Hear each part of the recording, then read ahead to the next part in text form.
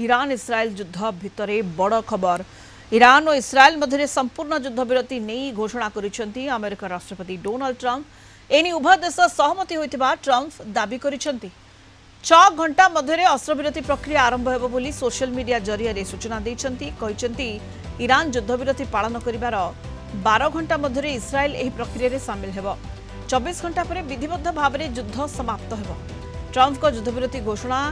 Iran द्वारा कतार अल उदय air base रे मिसाइल आक्रमण करबा परे आसीछि युद्धविरति को सामयिक व्यवस्था कहिछि इस्राएल ईरान पक्षर आक्रमण हेले यार जवाब दियाजिबो बोली आईडीएफ कहिछि तेबे अंतर्जातीय चाप को दृष्टि रे रखी युद्धविरति को मान्यता देथिबा कहि जायछि एपटे ईरान युद्धविरति को बुझाबणा पई सुजोग बोली कहिछि तेबे इस्राएल अटैक कले यार परिणाम भयंकर हेबो बोली तेहरान स्पष्ट करिछि युद्धविरति नै उभय देश सहमत होइथिबा ट्रंप दाबी करथिले भी आगो को उत्तेजना की रूप नेब ता उपरे एबे समस्तंक नजर रहिछि।